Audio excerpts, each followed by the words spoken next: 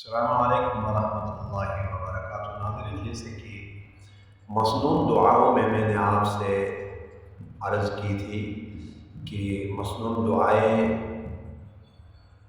آپ یاد کریں جس سے آپ کی خوشحال زندگی گزرے۔ روزمرہ زندگی میں مسنون وہ دعائیں جو ضروری ہیں، جیسے وضو کرتے ہیں، وضو کرنے کی دعا، اس سے قبل دعائیں مسجد داخل ہونے کی اور مسجد سے نکلنے کی دعا تھی۔ آج کی دعا وضو سے پہلے کی دعا، یعنی طہارت انسان حاصل کرتا ہے تو کیا کرنا چاہیے؟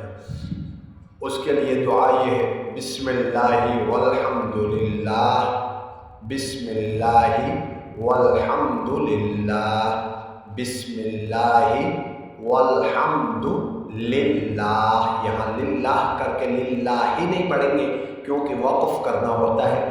وقف اس کو کہتے ہیں کہ سکون کی حالت میں، حالت وقف میں، ٹھہرنے کی حالت میں لفظ کو اینڈ والے جو لیٹر ہے اس کو ساکن کرنا پڑتا ہے، یعنی اس کے اوپر زبر زیر کچھ بھی ہو وہ نہیں پڑھنی پڑتی ہے۔ تو اس لیے بسم اللہ والحمد للہ، اللہ عز و جل کے نام سے شروع، اور تمام تعریفیں اللہ کے لیے، تمام تعریفیں اللہ کے لیے۔